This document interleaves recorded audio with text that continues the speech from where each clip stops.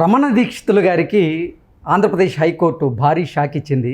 అతని మీద నమోదైనటువంటి కేసును క్వాష్ చేయాలంటూ అతను ఒక పిటిషన్ దాఖలు చేయగా ఆ పిటిషన్ని క్వాష్ చేయలేము, మీరు 41A కింద నోటీసులు తీసుకొని విచారణకి హాజరవ్వండి అంటూ కోర్టు ఆదేశాలు జారీ చేసినటువంటి నేపథ్యంలో ఈ అంశానికి సంబంధించి మనతో మాట్లాడేందుకు ప్రముఖ రాజకీయ విశ్లేషకులు కిలారు నాగార్జున గారు మనతో ఉన్నారు. సార్తో మాట్లాడదాం. సార్ నమస్తే. సార్ నమస్కారం. రమణ దీక్షితుల గారికి ఆంధ్రప్రదేశ్ హైకోర్టు భారీ షాక్ ఇచ్చిందని, ఆయన మీద ఉన్నటువంటి కేసును క్వాష్ చేయాలని హైకోర్టును ఆశ్రయించగా హైకోర్టు మాత్రం క్వాష్ చేయడం కుదరదు, 41A కింద నోటీసులు ఇస్తారు, మీరు విచారణకి హాజరవ్వండి అంటూ ఆదేశాలు జారీ చేసినట్లుగా ఒక వార్త ఇప్పుడు సోషల్ మీడియాలో చక్కర్లు కొడుతూ ఉంది. ఏంటి సార్ దీని మీద మీ విశ్లేషణ? అంటే మనం ఏం చేస్తాము అదే మళ్ళీ మనకు వెనక్కి వస్తుంది అనేటువంటిది కర్మ సిద్ధాంతంలో చెప్తూ ఉంటారు. లా ఆఫ్ కర్మ అంటారు. అది నేను చాలా సందర్భాల్లో కోట్ చేస్తూ ఉంటాను. ఈ రమణ దీక్షితులు ఎవరైతే మాజీ ప్రధాన అర్చకులు ఉన్నారో టీటీడీకి, స్వామివారికి అత్యంత సన్నిహితంగా ఉండి సేవ చేసుకున్నటువంటి భాగ్యాన్ని ఆయన పూర్వజన్మ సుకృతం కొద్దీ ఆయనకి ఆనువంశికంగా వచ్చినటువంటి అద్భుతమైనటువంటి అవకాశం. అవును. కానీ ఏ రోజు కూడా అంత పెద్ద పండితుడు, మేధావి, PhD కూడా చేసి డాక్టరేట్ ఉన్నటువంటి వ్యక్తి ఈ ప్రాపంచికమైనటువంటి విషయాల్లో పడి ఎన్ని రకాలైనటువంటి అబద్ధాలు ఆడాడు అనేటువంటిది ఆంధ్ర రాష్ట్ర ప్రజలందరూ గత 10 సంవత్సరాలుగా చూస్తున్నారు.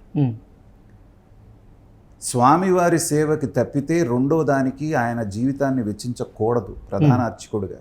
అవును. కానీ ఏ లీడర్ వచ్చినా వాళ్ళ గెస్ట్ హౌస్కి వెళ్ళి ఈయన ఆశీర్వాదం చేసి రావటం, వాళ్ళ పెళ్ళిళ్ళకి అటెండ్ అవటం, ఇవన్నీ మనం చూసాం. అప్పట్లోనే వివాదాస్పదుడుగా ఉన్నాడు ఆయన. అవును. కానీ జగన్మోహన్ రెడ్డి గారి ప్రభుత్వం రాబోయే ముందు, అంటే 2019 ఎన్నికల ముందు 2 దారుణమైనటువంటి ఎలిగేషన్స్ ఆయన చేయడం జరిగింది. ఒకటి, పింక్ డైమండ్ చంద్రబాబు నాయుడు గారు తీసుకెళ్ళి విదేశాలకు తరలించి అక్కడ ఆక్షన్లో అమ్మేయటం జరిగింది అనేటువంటిది ప్రధానమైనటువంటి ఇది ఎలిగేషన్. అవును. రెండవది, అక్కడ ఉన్నటువంటి వంటశాలలో తవ్వితే అక్కడ దొరికినటువంటి ఆభరణాలు ఏవో దొరికితే అవన్నీ తీసుకెళ్ళి ఆయన ఇంట్లో దాచిపెట్టుకున్నాడని పచ్చి అబద్ధాలు. పొద్దున లేస్తే వెంకటేశ్వర నామం చేసే నోటితోటి చేసినప్పుడు ఏంటంటే ఆంధ్ర రాష్ట్రంలో ఉన్న ప్రతి భక్తుడు వాళ్ళ మనోభావాలు దెబ్బతిన్నాయి. అలాంటి వ్యక్తి జగన్మోహన్ రెడ్డి గారు రాగానే ఎత్తి నాకు కిరీటాలు పెడతాడని చెప్పేసి అనుకున్నాడు.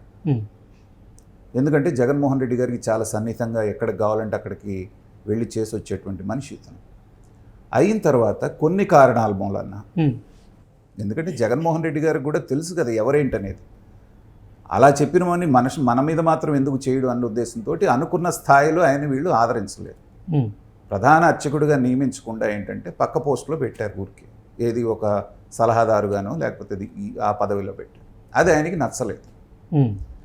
ఆ రోజు నుంచి మళ్ళీ మొదలుపెట్టి ఇప్పుడున్నటువంటి గవర్నమెంట్ మీద, ఇప్పుడున్నటువంటి జగన్మోహన్ రెడ్డి గారి మీద రకరకాల వ్యాఖ్యలు, ప్రత్యక్షంగా పరోక్షంగా ఒక వీడియో కూడా ఆ మధ్య హల్చల్ చేసి వాళ్ళతో మాట్లాడుతున్నది, ధర్మారెడ్డి మీద వాళ్ళ మీద చేసినటువంటి, ఇలా చేసుకుంటూ వచ్చినప్పుడు ఏంటంటే అతని మీద అనేక ఆరోపణలు రావడంతో ఒక కేసు వేయటం జరిగింది. పరువు నష్టం కేసు టీటీడీ వేసింది, తర్వాత ఇంకొన్ని కేసులు కూడా ఉన్నాయి. సో వాటన్నిటినీ కొట్టేయండి అని చెప్పేసి ఒక క్వాష్ పిటిషన్ అనేది ఆయన వేయటం జరిగింది. దాని మీద ఇవాళ అది క్వాష్ చేయడానికి వీలు లేదని వాళ్ళు జడ్జిమెంట్ ఇచ్చి నోటీసులు ఇచ్చి విచారణ ఎదుర్కోండి అని చెప్తున్నారు. ఇది స్థూలంగా మొత్తం కేసు. కానీ తిరుమల తిరుపతి దేవస్థానం అనేటువంటిది ప్రపంచంలోనే అత్యంత ప్రతిష్టాత్మకమైనటువంటి ధార్మిక సంస్థ. 130 కోట్ల మంది మన జనాభా ఉంటే అతి కొద్ది మందికి మాత్రమే పొద్దు నుంచి సాయంత్రం దాకా వెంకటేశ్వర స్వామిని చూసేటువంటి అవకాశం అతి కొద్ది మందికి, ఆ భాగ్యం చాలా కొద్ది మందికి ఉంటుంది. అలాంటి భాగ్యం నీకు దేవుడు ప్రసాదించినప్పుడు నువ్వు ఎలా ఉండాలి, ఎలాంటి జీవనాన్ని గడిపాలి? అతని బాడీ లాంగ్వేజ్, మాట్లాడి ఇంటర్వ్యూ ఇచ్చే పద్ధతి కూడా ఏంటంటే అసలు ఆ వెంకటేశ్వర స్వామి కంటే నేనే గొప్పవాడిని అన్నటువంటి యారగెన్స్ అనేటువంటిది ఆయన ఫేస్లో కనపడుతూ ఉంటుంది. పచ్చి అబద్ధాలు. ఇప్పుడు ఎవరన్నా అబద్ధం ఆడాలి, ఈవెన్ నేను కొన్నిసార్లు చెప్తాను, దొంగతనం చేసే దొంగోడు కూడా దొంగతనం చేయబోయే ముందు వెంకటేశ్వర స్వామికి నమస్కారం పెట్టుకుంటాడు, అయ్యా తప్పు చేస్తున్నాను, క్షమించు, పొట్టకూటి కోసం చేస్తున్నాను.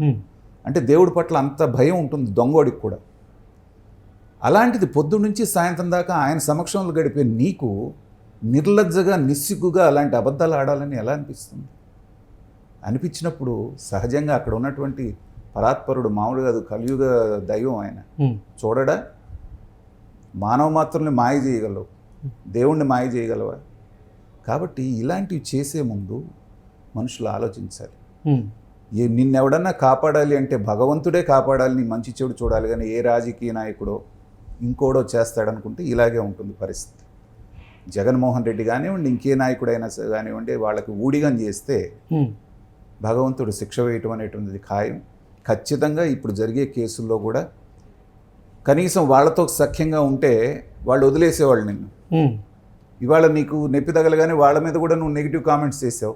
సార్ ఏంటి అసలు 2018లో ఏమో అప్పటి ముఖ్యమంత్రి అయినటువంటి నారా చంద్రబాబు గారి మీద కొన్ని అనుచితమైనటువంటి వ్యాఖ్యలు చేశారు.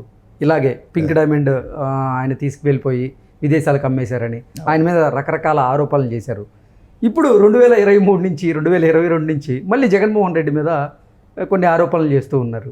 అంటే మీకు క్లియర్గా అర్థం అవట్లా, ఆయనకి ప్రాధాన్యత ఇవ్వకుండా ఆయన నెత్తిన పెట్టుకోకపోతే అది చంద్రబాబు నాయుడు అయినా ఒకటే, జగన్మోహన్ రెడ్డి అయినా ఒకటే. సో ఎవరినైనా విమర్శించడం, వాళ్ళని వెనకాల ఇచ్చేయటం అనేటువంటిది అతని నైజం, అది అతని లక్షణం అది. ఓకే, కాబట్టి దానికి తగ్గటువంటి శిక్ష వేయడానికి వెంకటేశ్వర స్వామి రెడీ అవుతున్నాడు అనేది ఇండికేషన్ కనపడుతోంది. ఇది మిగతా అర్చకులకు కానీ, దైవాన్ని నమ్మినటువంటి వాళ్ళకి కానీ ఇది ఒక ఉదాహరణలాగా ఉండాలి. ఎందుకంటే 100 కోట్లకి డ్యామేజ్ సూట్ వేసింది తిరుమల తిరుపతి దేవస్థానం. అవుతుందా? పరువు నష్టం దావా. సో సార్ ఏంటి, ఒకవేళ గనక నిజంగా ఆ వీడియో ఆధారంగా చేసుకొని కోర్టు గనక తీర్పిస్తే రమణ దీక్షితులు గారి భవిష్యత్తు ఎలా ఉండబోతుంది, ఏం జరిగే అవకాశం ఉందంటే ఏం చెప్తారు? ఇవాళకి అతను జీవశ్చవంలాగా బతుకుతున్నాడు. ఎందుకంటే ఎంత ఆస్తులు సంపాదించుకున్నప్పటికీ పరువు పోయింది.